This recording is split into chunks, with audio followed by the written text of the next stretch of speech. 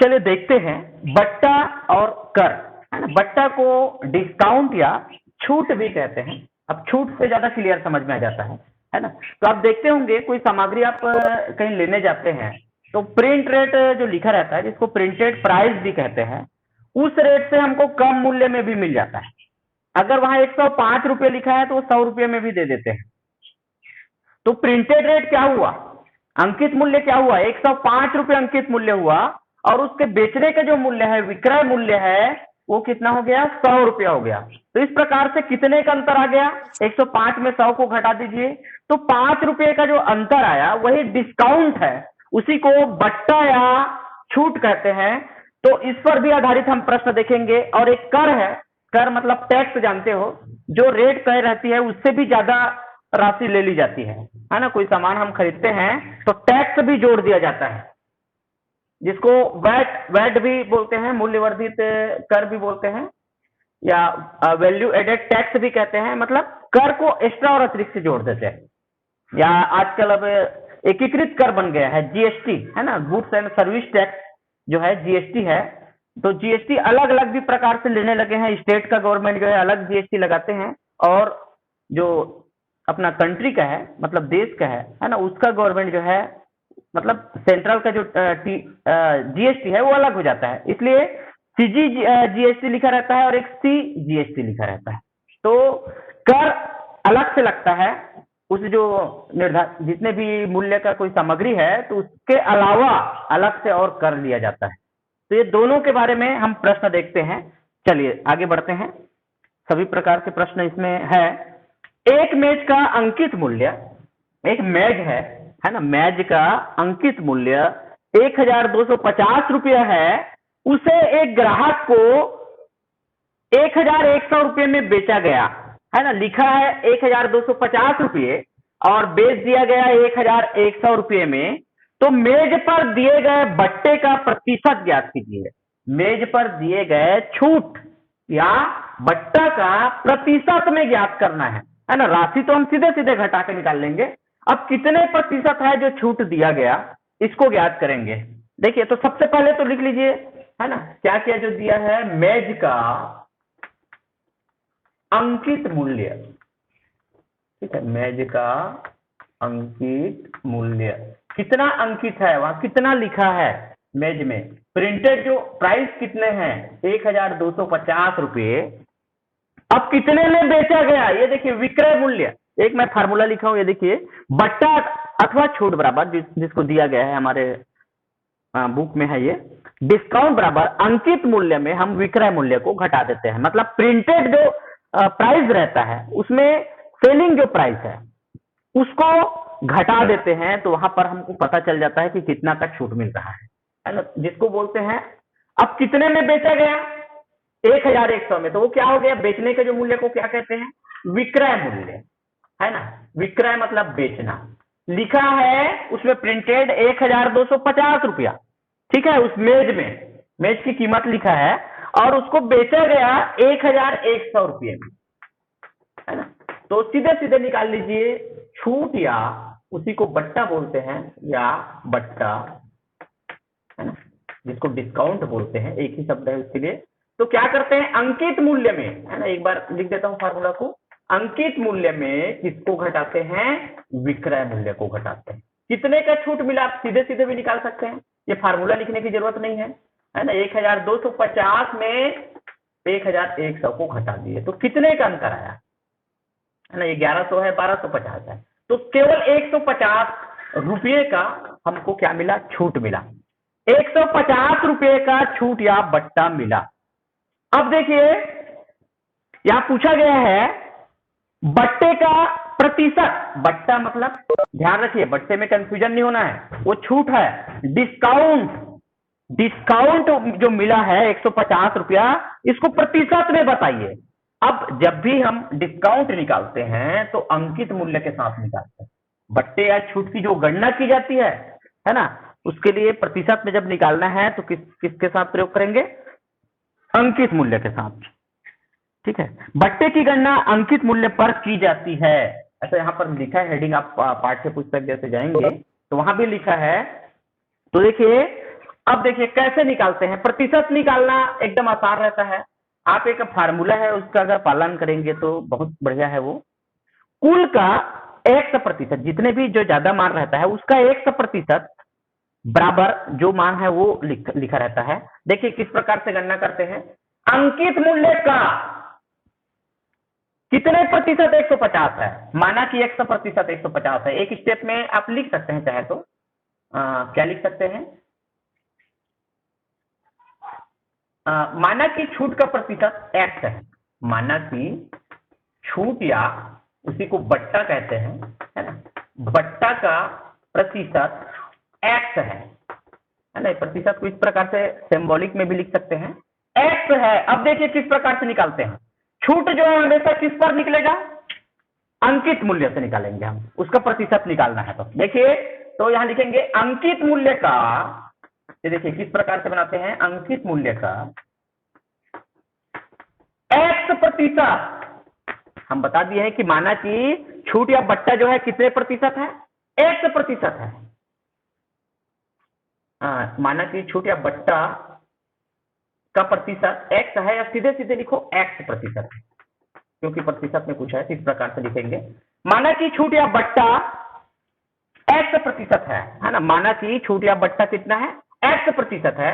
तो अंकित मूल्य का 100% कितना है, 150 है।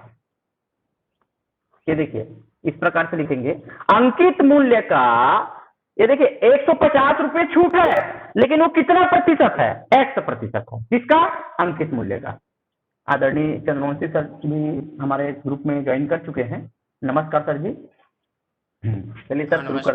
हाँ जी जी। तो अंकित मूल्य का 100% 150 है। ये देखिए जो छूट या बट्टा आया है वो कितना प्रतिशत है, 100% है। किसका, अंकित मूल्य का। तो ये पैटर्न अपनाइए। देखिए इस सूत्र के बारे में मैं और बता दूं, जो ज्यादा मान रहता है जिसका हम प्रतिशत निकालते हैं, बड़ी राशि, उसको यहाँ पर लिखिए किसी भी प्रश्न में रहे। ये इसी प्रश्न की बात नहीं है, कोई और हम पढ़ते हैं प्रतिशत वाला, है ना। तो जो ज्यादा मान है जिसका हम प्रतिशत निकालते हैं उसको यहाँ पर लिखिए, का कितना प्रतिशत है उसको यहाँ पर लिखिए। फिर जो प्रतिशत में निकला है मान, है ना, एक्चुअल जो मान निकला है उसको बराबर के बाद लिखिए। तो देखिए अंकित मूल्य कितने हैं, 1250। का की जगह क्या लिखते हैं, गुना। x% मतलब 100/100। देखिए प्रतिशत, प्रति सैकड़ा, है ना, 100/100 इस प्रकार से लिखेंगे। अंकित मूल्य है 1250, का की जगह हम लिखेंगे गुना, x% मतलब 100/100 बराबर 150। जिसका मान निकालना है हम उसको एक साइड में रखते हैं, जिस चर का मान निकालना है, x का मान निकालना है तो x इस साइड में रख देते हैं। बाकी जितने भी और संख्याएं हैं उसको पक्षांतर कर दीजिए, दूसरे साइड ले जाइए। तो जो गुना में है वो भाग में हो जाएगा, और जो भाग में है वो गुना में हो जाएगा। अर्थात 150 का गुना हम कितना से करेंगे, 100 से करेंगे, और भाग में क्या जाएगा, 1250 रुपये। ये देखिए x का मान निकालना है ताकि हमको बट्टा की छूट की प्रतिशत पता चल जाएगा। तो 100 को पक्षांतर किए तो 150 से गुना हुआ, और 1250 जो है पक्षांतर करने के कारण ये गुना में है, ये भाग में चला गया। तो आप कैंसिल कर सकते हैं, 1 शून्य से 1 शून्य तो ऐसे कैंसिल हो गया। 25 के पार में जा रहा है। देखिए 25 6 का 150 होता है। आप अपने तरीके से इसको काट सकते हैं, 5 से काटे, चाहे बारी बारी से आप उसको रफ में करके भी इसको हल कर सकते हैं। 25 पंचे, ये 5 बार गया। ये देखिए 25 6 का 150, 25 पंचे 125। अब ये 5 से 10 2 बार और जा रहा है, 5 दूने 10। अब क्या बच रहा है, 6 गुना 2, 6 गुना 2, और 6 दूने कितना हो गया, 12। चूंकि ये क्या है, छूट की प्रतिशत है, बट्टा की प्रतिशत है ना, तो 12%। यहां लिखेंगे छूट आबलिक बट्टा, इसी को बट्टा कहते हैं। कितना प्रतिशत है, 12%। 6 दूने 12, है ना, 12% की छूट दिया गया है। अब आप चेक कर सकते हैं, है ना, इसे हम चेक कर लेते हैं कि 150 जैसे आना है तो प्रति 100 में 12 है ना, तो 12 × 100 तो ऐसे हो गया, तो उससे हम निकाल सकते हैं। तो 12% की यहाँ पर छूट दिया गया है, और टोटल 12 का वर्ग 144 ऐसी हो गया, और 50 का उसका 6 हो गया, ठीक है ना। तो इससे हम निकाल सकते हैं, ठीक है। ये फार्मूला का प्रयोग करेंगे। पहले आप घटा लीजिए, है ना, छूट या बट्टा का एक्चुअल मान नहीं दिया है, तो अंकित मूल्य में जो बेचे गए मूल्य, बेचने का मूल्य जिसको विक्रय मूल्य कहते हैं, उसको घटा लीजिए और ये इस प्रकार से प्रतिशत निकालेंगे। चलिए अगला प्रश्न देखते हैं, है ना। आप नोट कर सकते हैं।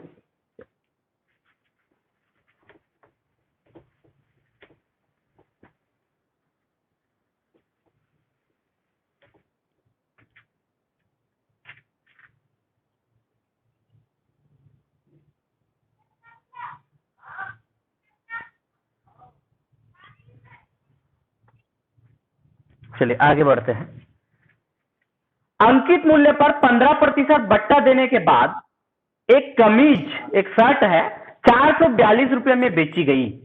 अंकित मूल्य ज्ञात कीजिए। अब यहां अंकित मूल्य पूछा है, देखिए यही फार्मूला का प्रयोग करेंगे। अंकित मूल्य पर बट्टा दिया गया, कितना प्रतिशत का बट्टा दिया गया? 15% का बट्टा, मतलब छूट दिया गया, डिस्काउंट दिया गया। बेचते समय जो प्रिंटेड रेट लिखा है उसमें 15% की छूट दिया गया और उस शर्ट को, कमीज को 442 रुपये में बेच दिया गया। मतलब कमीज का विक्रय मूल्य कितना है? 442 रुपये है। अंकित मूल्य ज्ञात कीजिए, उसका प्रिंटेड रेट कितना है उसको पूछा है। तो देखिए किस प्रकार से बनाएंगे। यहाँ पर जो दिया है उसको लिखते हैं,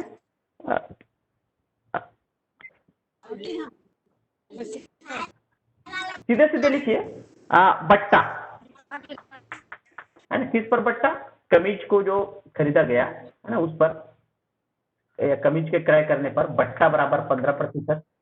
ठीक है, 15% बट्टा है। और विक्रय मूल्य, बेचा गया विक्रय मूल्य, विक्रय मूल्य कितने में बेचा गया, या कमीज का विक्रय मूल्य ऐसा लिख सकते हैं पूरे पूरे 442 रुपये में बेचा गया, है ना। कमीज का, कमीज पर बट्टा 15%, कमीज का विक्रय मूल्य 442 रुपये, तो अंकित मूल्य,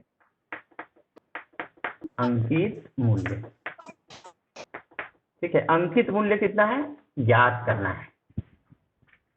अब देखिए यहां पर जो पॉइंट बनता है, ठीक है, ये देखिए क्या पूछा गया है, अंकित मूल्य ज्ञात कीजिए।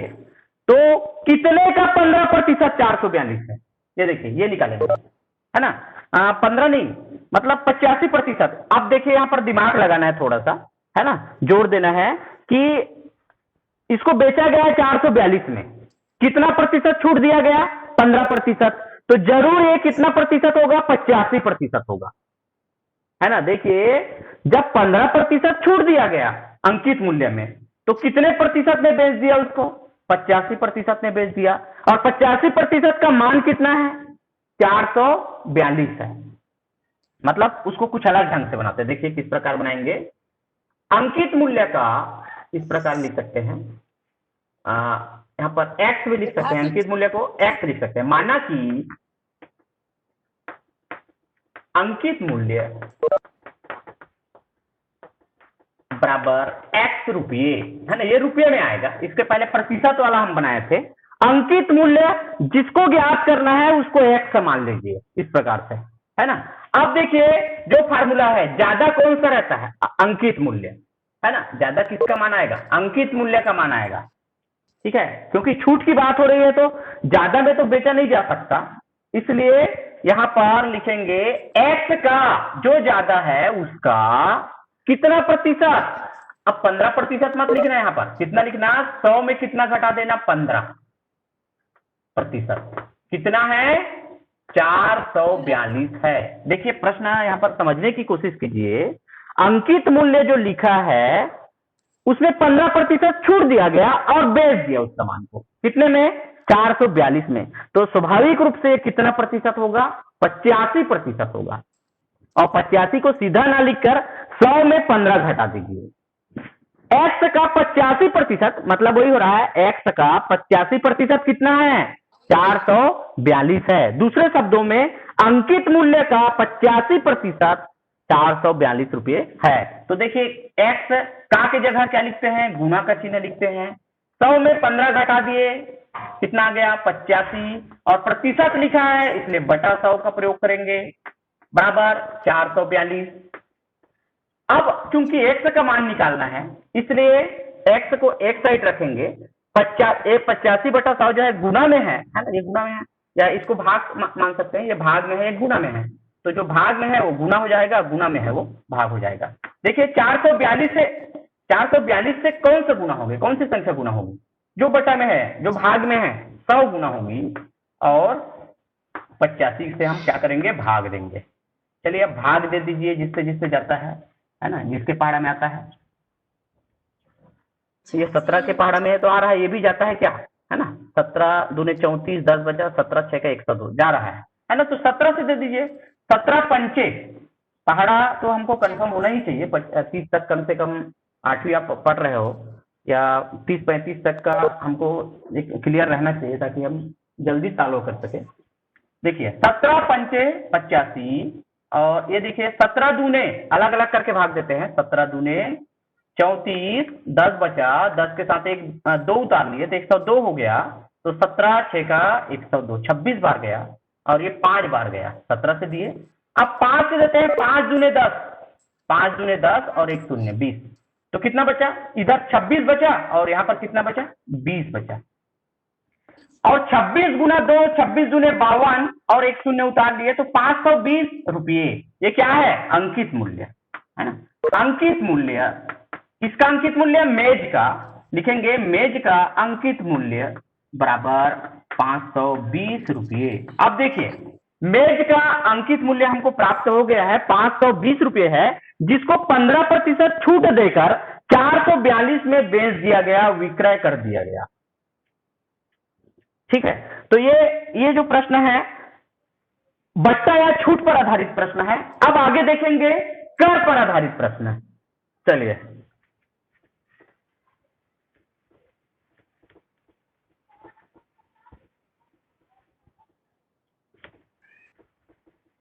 अब कर जो है ये अलग है, इसमें छूट नहीं होगा, अलग से इसमें ऐड कर देते हैं, है ना। टैक्स मतलब ज्यादा देते हैं, जितना कीमत लग रहा है उस वस्तु का, सामग्री का, उससे ज्यादा पटाना पड़ता है। और इसमें डिस्काउंट या छूट या बट्टा में क्या होता है, कम देते हैं, जितना प्रिंट लिखा रहेगा उससे कम हम राशि देते हैं, अदा करते हैं। ठीक है, या विक्रय मूल्य उसका कम होता है। चलिए आगे देखते हैं। सर्जियस ने एक साइकिल खरीदी जिसका मूल्य 1750 रुपये है। साइकिल पर बिक्री कर की दर, ये देखिए सेल टैक्स लग रहा है, बेचने की कर 4% है, तो सर्जियस को साइकिल के लिए कितने रुपये देने पड़ेंगे? उसमें मूल्य लिखा है साइकिल में, अंकित मूल्य कहेंगे उसी को, जो एक निर्धारित मूल्य जो प्रिंटेड रहता है उसी को अंकित मूल्य कहा जाता है। साइकिल का अंकित मूल्य है 1750 रुपये। अब इसमें कर लग रहा है 4%, तो जब भी हम कर कभी टैक्स पर कभी गणना करेंगे तो किस पर करेंगे, अंकित मूल्य पर करेंगे। छूट भी गणना करते हैं तो किस पर करते हैं, अंकित मूल्य पर करते हैं। ठीक है, तो अंकित मूल्य का 4%, देखिए उसी फार्मूला का प्रयोग करना है जो अभी मैं बताया हूं, का 4% कितना आएगा ये निकाल लीजिए, और उसको निकालने के बाद 1750 में प्रिंटेड जो उसका रेट है, अंकित मूल्य है, प्राइस है, उसमें जोड़ दीजिए। देखिए किस प्रकार से लिखेंगे। तीसरा नंबर, साइकिल की अंकित मूल्य, साइकिल की अंकित मूल्य कितना है, अंकित मूल्य 1750 रुपये। और जबकि बिक्री कर, यहां लिख देंगे, एक बार बता देंगे, जबकि बिक्री कर कितना प्रतिशत है, बराबर 4%। बिक्री कर कितने हैं, 4%। इसलिए सीधे सीधे लिखो 1750 का 4%। ये देखिए अब बराबर के बाद कुछ दिया नहीं है मान, तो हम बराबर करके नहीं लिखेंगे, फार्मूला वही जा रहा है ना। 1750 का 4%, तो 1750 का के जगह लिखेंगे गुना 4%, मतलब 4/100। ये देखिए 0 से 0 कैंसिल हो गया। अब ये 10 है और ये यहाँ पर 175 है, मतलब 5 से भाग जाएगा। विभाज्यता का नियम यह है, 5 से कोई संख्या कब भाग जाती है, इकाई में 0 हो या 5 हो, तो ये दोनों 5 से विभाजित होगी। या इसको सीधे सीधे एक बार और दे दीजिए, 2 दूने 4 है ना, 2 पंचे 10। अब ये 5 से इसको भाग दीजिए तो कितने बार जाएगा, 5 या 15, 2 बचा, 2 के साथ 5 उतारे, 5 पंचे 25, है ना, 5 या 15, 5 पंचे 25 गुना 2, 35 दूने 70 रुपये, है ना। ये क्या है? बिक्री कर, है ना, यहां लिखेंगे बिक्री कर। सीधे सीधे हम किसका मान निकाल रहे हैं? बिक्री कर। ये बिक्री कर है। बिक्री कर बराबर 1750 का 4%, है ना। तो ये बिक्री कर का मान आ गया 70 रुपये। बिक्री कर कितना लगा? 70 रुपये। तो अब विक्रय मूल्य निकालिए, है ना। साइकिल का, अतः साइकिल का साइकिल की अंकित मूल्य, साइकिल का अंकित मूल्य, साइकिल बोलते हैं तो थोड़ा साइकिल का या साइकिल का विक्रय मूल्य, विक्रय मूल्य कितना हो जाएगा, है ना। देखिए एकदम आसान है। जो प्रिंटेड है, प्रिंटेड मूल्य है, उसका 4% निकालिए, क्योंकि जो सेल टैक्स है, बिक्री कर है, वो कितना लग रहा है? 4% ले रहे हैं। तो अंकित मूल्य का 4% कितना आ गया? 70। तो बिक्री कर कितना लगेगा? 70 रुपये। अब बेचते समय ये टैक्स भी जुड़ता है, ध्यान दीजिए। अंकित मूल्य में टैक्स जो है वो जुड़ेगा, तब बेचा जाएगा, मतलब रेट उसका बढ़ जाता है। तो विक्रय मूल्य बराबर क्या हो जाएगा? 1750 अंकित मूल्य धन बिक्री कर, ऐसा यहां पर लिख सकते हैं। अंकित मूल्य धन बिक्री कर, तो जोड़ते हैं तो कितना आता है? इकाई से जोड़ सकते हैं। 7 5 12 का 2, 1 हासिल 8 हो गया, और 1820, 1820 रुपये, है ना। तो साइकिल का जो विक्रय मूल्य है कितने में बेचा गया, ये देखिए। साइकिल के लिए कितने रुपए देने पड़ेंगे? कितने रुपए देने पड़ेंगे? 1820 रुपये देने पड़ेंगे। क्यों? क्योंकि यहां पर 4% उसमें बिक्री कर लगा है, सेल टैक्स, उसकी एक्चुअल कीमत में, अंकित मूल्य में। ठीक है, चलिए आगे और बढ़ते हैं। इस प्रकार से आप लोग बना लेंगे।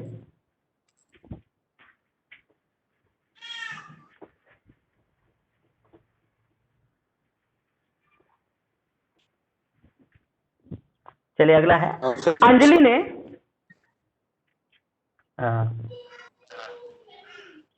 आप लोग म्यूट करके रखिए। नमस्कार। हाँ नमस्कार सर जी, नमस्कार। हाँ सर। और सर जी 10 बजे है क्या सर आपका ना? अच्छा, हाँ जी। चलिए सर आगे बढ़ते हैं। तो देखिए, अंजलि ने एक दुकान से 500 रुपये की इत्र खरीदी, है ना। अंजलि एक दुकान से 500 रुपये की इत्र खरीदी तथा 800 रुपये के गहने खरीदे, है ना। दोनों को एक साथ लिए हैं, बहुवचन में इसलिए खरीदे। यदि इत्र पर बिक्री कर 16% है, अलग अलग बिक्री कर है, देखिए यहाँ पर 2 सामान खरीदे, है ना। किसने? अंजलि ने 2 सामान खरीदे, एक 500 रुपये का इत्र और 800 रुपये के गहने।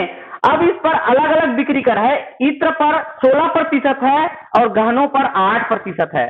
तो अंजलि कुल कितने रुपए दुकानदार को अदा करेगी? मतलब कितने रुपए देना पड़ेगा, कितने रुपए चुकाएगी। देखिए कैसे निकालेंगे इसको। इत्र का अंकित मूल्य, अंकित शब्द यहां पर लिख दीजिए जरूर, अंकित मूल्य। ठीक है, लेकिन कुछ कुछ ऐसे हैं जिसमें अंकित भी नहीं रहता, फिर भी यहां पर मान लेते हैं। अंकित मूल्य कितना है इत्र का? 500 रुपये। तो यहीं पर कर भी निकाल लीजिए, है ना। तो सभी को हम जोड़ लेते हैं उसके बाद। तो अंकित मूल्य और इत्र पर कर, इत्र पर बिक्री कर, इत्र पर बिक्री कर कितना है? 16% है। देखिए 2 पार्ट दिया है, इत्र पर 16% है और गहनों पर 8% है। तो इत्र पर बिक्री कर कैसे निकालेंगे? यहां पर पहले तो बता दीजिए कितना प्रतिशत है? 16% है। अब इत्र पर बिक्री कर एक बार और लिख लीजिए, 16% है ना, 16% है। इस प्रकार लिखेंगे, इत्र पर बिक्री कर 16% है, अतः कितने का 16%? 500 का 16% बराबर 500। देखो का के जगह हम गुना लगाते हैं, 500 गुना प्रतिशत है तो क्या लिखेंगे, 100 लिखेंगे, 0 से 0 कैंसिल हो गया, 16 पंचे कितना हो गया, 80, है ना, 16 पंचे 80 रुपये, है ना। तो अब देखते हैं लागत मूल्य इस पर कितना हो जाता है, इत्र पर, है ना, या इसी को कहेंगे हम इत्र का विक्रय मूल्य। कुल मिला के सीधे सीधे अलग अलग निकाल लीजिए, इत्र का विक्रय मूल्य, इत्र का, ये देखिए इत्र का जो अंकित मूल्य कितना है, 500 रुपये, है ना, म्यूट करके रखेंगे। इत्र का अंकित जो मूल्य है ना, प्रिंटेड प्राइस है 500 है, लेकिन उस पर बिक्री कर लग रहा है 16%, अतिरिक्त कर लग रहा है, एक्स्ट्रा अमाउंट लग रहा है। तो कितना प्रतिशत है, 16%, है ना, 500 का 16%, 80 रुपया अतिरिक्त पड़ रहा है, इत्र खरीदते हैं तो वही क्या है, है ना, बेचा गया और हम खरीदते हैं तो हमारे लिए क्रय हो जाएगा, है ना। तो दुकानदार, विक्रय ही बोल देते हैं जब दुकानदार वो बेच रहा है ना। या इसको हम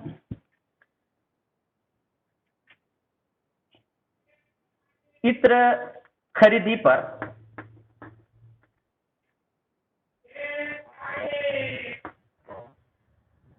कुल भुगतान, इत्र की जो खरीदते हैं उस पर भुगतान, कुल मत लिखिए, भुगतान ही लिखिए, सेंटेंस जमा के थोड़ा लिखना पड़ेगा, है ना। इत्र जब खरीद रहे हैं तो कितना भुगतान करना पड़ रहा है, तो यहाँ लिखेंगे अंकित मूल्य इत्र का 500 और उस पर बिक्री का, तो कितना देना पड़ेगा इत्र के लिए, कितना भुगतान करना पड़ेगा, 580 रुपये, ठीक है, या पे करना पड़ेगा या अदा करना पड़ेगा 580 रुपये। अब दूसरे नंबर में चलते हैं, दूसरा क्या है, 800 रुपये के गहने खरीदे, यही स्टेप हम दूसरा करते हैं। अब गहने का अंकित मूल्य, गहने का अंकित मूल्य कितना है, 800 रुपये। अब इस पर बिक्री का, है ना, इस पर मतलब गहने पर बिक्री का कितना प्रतिशत है, 8% है। अतः कितने का 8%, 800 का, 800 का 8%, तो 800 का की जगह हम गुना लगाते हैं, 8% मतलब 8/100, तो 0 से 0 कैंसिल हो गया, 800 का 8% और ये 500 का 16%, है ना, यहाँ भी 0 कैंसिल हुआ, 16 पंचे 80 हो गया, और यहाँ पर 8 गुना 8 ही बच रहा है, तो 64, है ना। तो ये हो गया गहने पर बिक्री कर 64 रुपये, ठीक है, गहने पर इतना बिक्री कर लग रहा है, तो अब इसकी लागत कितनी हो जाएगी, है ना, या गहने की खरीदी पर भुगतान, है ना, गहने खरीदी पर भुगतान कितना हो जाएगा, इसके अंकित मूल्य में 800 में कितना जोड़ देंगे, 64 और जोड़ देंगे, तो कितना हो जाएगा, क्योंकि 8% है ना, 800 का 8% सीधे सीधे है, तो 864 रुपये, ठीक है, 864 रुपये। अब देखिए ये प्रश्न पूछे हैं यहाँ पर, अंजलि कुल कितने रुपये दुकानदार को अदा करेगी, तो यहां पर लिखेंगे अंजलि द्वारा दुकानदार को कुल भुगतान, तो सीधे सीधे लिखेंगे गहने खरीदी पर भुगतान और इत्र खरीदी पर भुगतान, तो सीधे जोड़ सकते हैं, यहाँ पर लिखने की भी जरूरत नहीं, हम सीधे सीधे योग कर सकते हैं। 580 धन 864, है ना, 580 धन 864 टैक्स पटाकर, तो कितना हो जाएगा, जोड़िए, यहाँ 4 है और 6 8 14, एक हासिल गया, 8 और 5 हो गया 13 और 1 14, 1444 रुपये कितना भुगतान करना पड़ेगा। देखिए 2 टैक्स लग गया, अलग अलग रेट है दोनों टैक्स का, एक का 16% है जो कि इत्र पर है, और 8% जो है वो गहने पर है, और दोनों की अमाउंट जो है अलग अलग है। तो सभी में बारी बारी से टैक्स निकालिए, टैक्स निकालकर उसको अंकित मूल्य में जोड़ लीजिए, और लास्ट में दोनों जो सामग्री है उसका जो रेट बना है उसको जोड़ लीजिए। तो ये इतना अदा करना पड़ेगा। अंजलि दुकानदार को कुल 1444 रुपये अदा करेगी।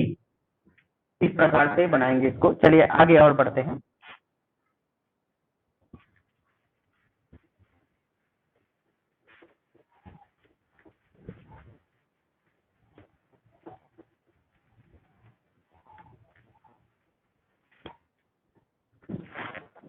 चलिए एक अगला प्रश्न है। भारत सरकार ट्रैक्टरों पर लागत मूल्य का 11% उत्पाद कर लगाती है ना। भारत सरकार ट्रैक्टरों पर लागत मूल्य का 11% उत्पाद कर लगाती है। यदि कारखाने में एक ट्रैक्टर की उत्पादन लागत 1,20,000 रुपये है तो प्रति ट्रैक्टर उत्पाद कर की राशि ज्ञात कीजिए। ठीक है, भारत सरकार जो है ट्रैक्टर का जो उत्पादन होता है उसमें 11% का उत्पाद कर लेती है ना, अपना टैक्स ले लेती है 11%। जितने का वो ट्रैक्टर में लागत आता है उसका कितना प्रतिशत? 11%। तो यहाँ पूछा गया है जब एक ट्रैक्टर की उत्पादन जो लागत है वो 1,20,000 है तो प्रति ट्रैक्टर मतलब जितने भी ट्रैक्टर है हर एक ट्रैक्टर का प्रत्येक ट्रैक्टर का उत्पादन कर कितने आएगा है ना, उसकी राशि कितनी आएगी। तो ये एकदम आसान सा प्रश्न है। 1,20,000 का 11% कितना होगा?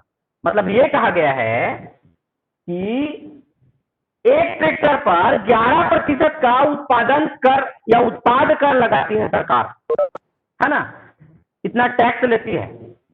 और जबकि उसमें लागत आ रहा है 1,20,000, ट्रैक्टर का बनाने में लागत कितना आ रहा है 1,20,000, तो उस पर 11% का टैक्स लेती है। तो सिर्फ टैक्स को पूछेगा, है ना, उत्पाद कर है उसी को पूछा गया है, कितना आएगा उत्पाद कर, ये पूछा गया है। देखिए किस प्रकार से बनाएंगे। दिया है 5वां नंबर।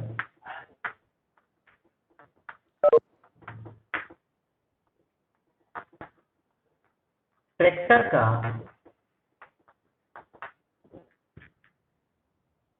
उत्पादन या उत्पादन लागत दिया है 1,20,000 रुपये।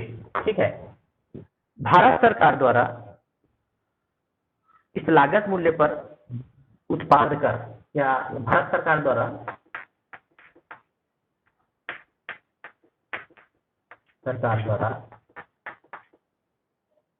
लगाए जाने वाले उत्पाद कर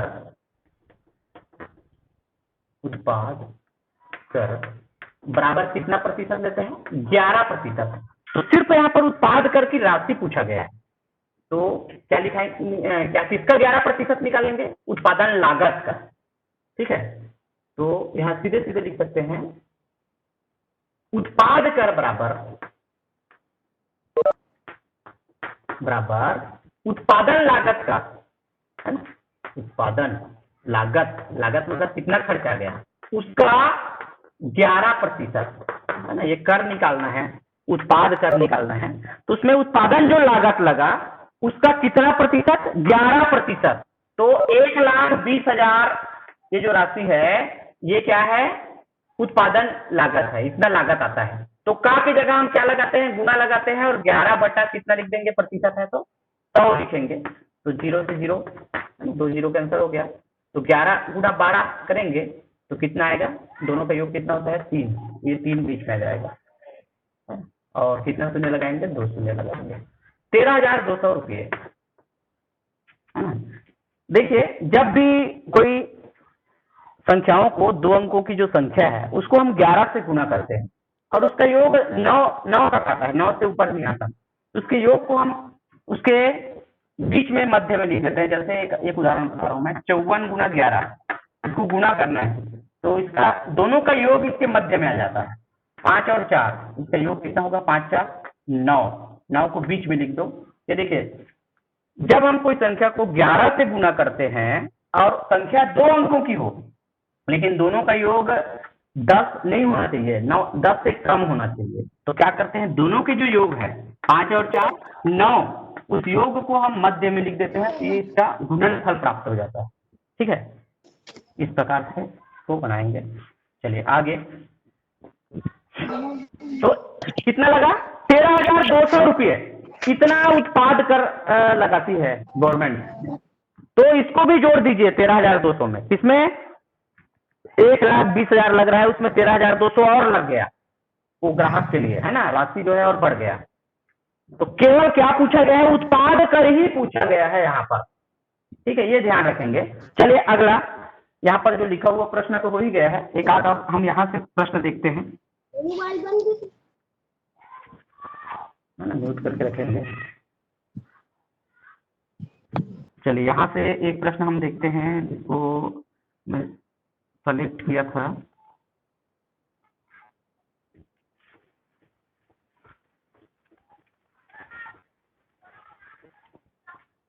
महानदी किनारे स्थित ग्राम पंचायत गीतपुरी रेत निकासी के लिए 20 रुपये प्रति घन मीटर टैक्स लेती है। देखिए रेत का जो टैक्स है 20 रुपये प्रति घन मीटर लेती है। एक ग्राम पंचायत है गीतपुरी।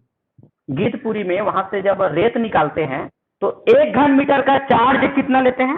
और घन मीटर मतलब समझ जाइए वो आयतन है ना, आयतन में ही आएगा। और ऐसी जो मात्रक है, मापना है रेत इत्यादि को, तो वो क्षेत्रफल में नहीं मापते, घन में मापते हैं। तो 20 रुपये 1 घन मीटर का चार्ज लगता है। तो यदि 1 मीटर रेत आती है ना, एक ट्रैक्टर में कितना जाता है? 5 घन मीटर। और 1 घन मीटर का चार्ज क्या है? 20 रुपये है। तो नदी में 12 ट्रैक्टर रेत निकालने पर पंचायत को कितना टैक्स मिलेगा, है ना। बहुत आसान प्रश्न है। तो सबसे पहले तो ये लिखिए यहाँ पर, रेत निकासी का टैक्स, है ना, रेत निकासी, है ना, रेत वहां से निकालते हैं, उसका टैक्स, निकासी का टैक्स ये है बराबर 20 रुपये प्रति घन मीटर। मतलब 1 घन मीटर का कितना रुपये लगता है? 20 रुपये। रेत जब निकालते हैं तो, है ना, उस ग्राम पंचायत लेती है, टैक्स लेती है। तो इसमें यह बताया गया है। और जबकि एक ट्रैक्टर में 5 घन मीटर आ जाती, 5 घन मीटर, 1 घन मीटर का टैक्स क्या है? 20 रुपये। और एक ट्रैक्टर में कितना जाती है? 5 घन मीटर। तो एक ट्रैक्टर का टैक्स कितना हो जाएगा? 5 गुना 20 कितना हो गया? 100 रुपये, है ना। सीधे सीधे कहो एक ट्रैक्टर का जो रेट है वो कितना है? 100 रुपये है। तो कितने ट्रैक्टर निकालेगी? 12 ट्रैक्टर। तो 100 गुना 12, 1200 रुपये सीधे सीधे निकाल सकते हैं। देखिए किस प्रकार बनाएंगे। जबकि एक ट्रैक्टर में 20 5 है ना, 5 घन मीटर रेत आती है।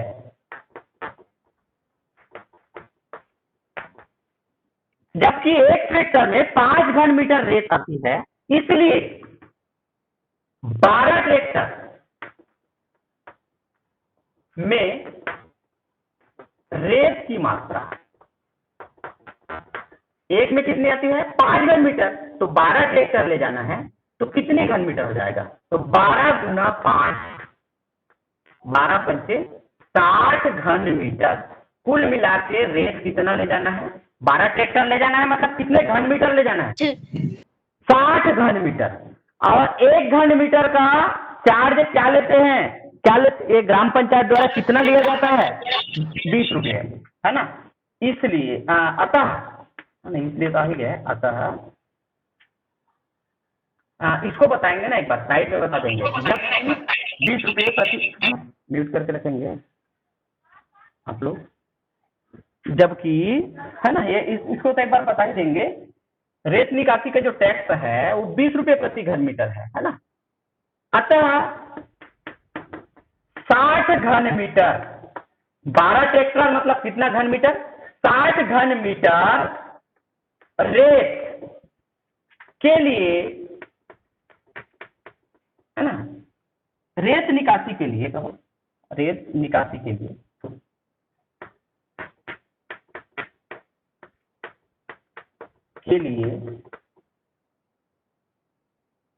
टैक्स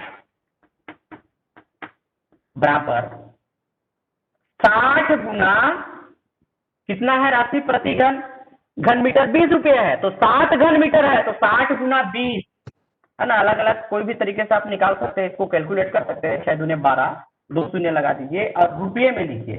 टैक्स जो है वो रुपये में है, 20 रुपये, तो 1200 रुपये लग गया टैक्स, है ना। टैक्स जो लगा वो कितना लगा? 1200 रुपये। ठीक है, इस प्रकार से अब और